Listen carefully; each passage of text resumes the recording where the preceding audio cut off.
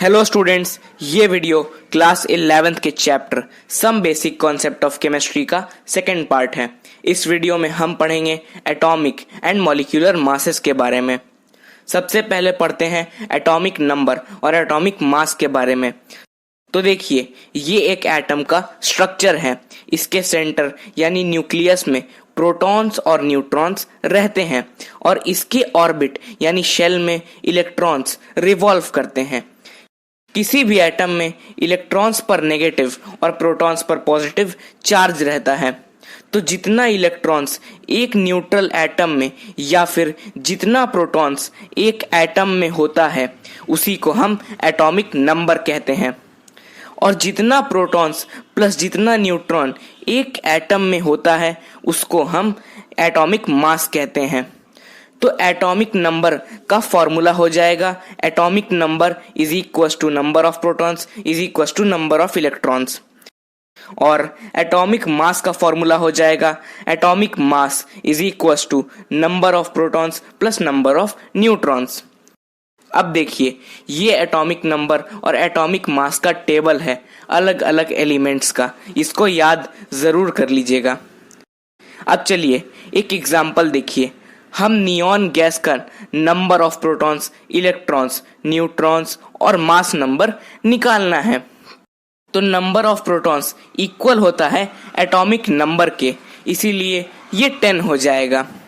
अब number of electrons भी equal होता है एटॉमिक नंबर के, इसीलिए ये भी 10 हो जाएगा। अब देखिए, नंबर ऑफ न्यूट्रॉन्स निकालने का एक शॉर्टकट फॉर्मूला होता है atomic mass minus atomic number, यानी ये हो जाएगा 20 minus 10 which is equal to 10।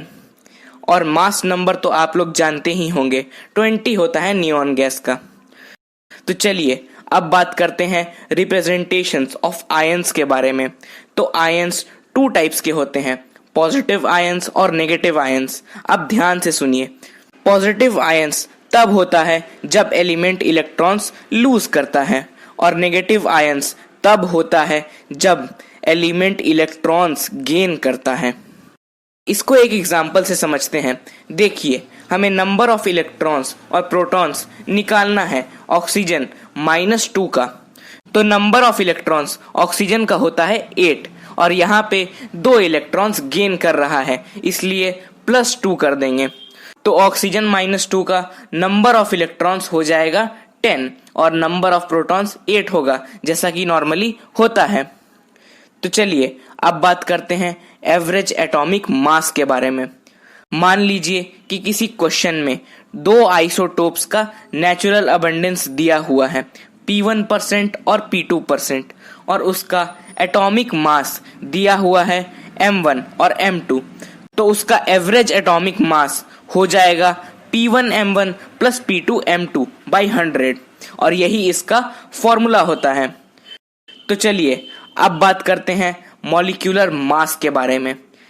तो एक एटम के मास को हम एटॉमिक मास कहते हैं, जैसे कि atomic mass of neon is 20 AMU या फिर 20 U। इसी तरह से एक मॉलिक्यूल के मास को हम मॉलिक्यूलर मास कहते हैं, जैसे कि molecular mass of CO2 is mass of carbon plus mass of oxygen into 2 which is equals to 12 plus 16 into 2 and the final answer is 44 AMU या फिर 44 U।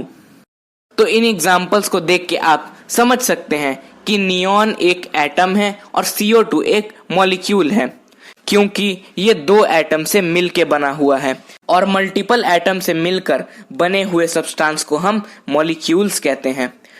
तो चलिए अब बात करते हैं फॉर्मूला मास के बारे में। कुछ सब्सटेंस जैसे कि सोडियम क्लोराइड जो एक 3D स्ट्रक्चर फॉर्म करता है, उन्हीं के मॉलिक्यूलर मास को हम मॉलिक्यूलर मास नहीं कह के फॉर्मूला मास कहते हैं। तो सोडियम क्लोराइड का फॉर्मूला मास वैसे ही निकालेंगे जैसे मॉलिक्यूलर मास निकालते थे। तो देखिए, formula mass of sodium chloride is equal to mass of sodium plus mass of chlorine which is equal to 23 plus 35.5 and our final answer is 58.5 AMU या फिर 58.5 U।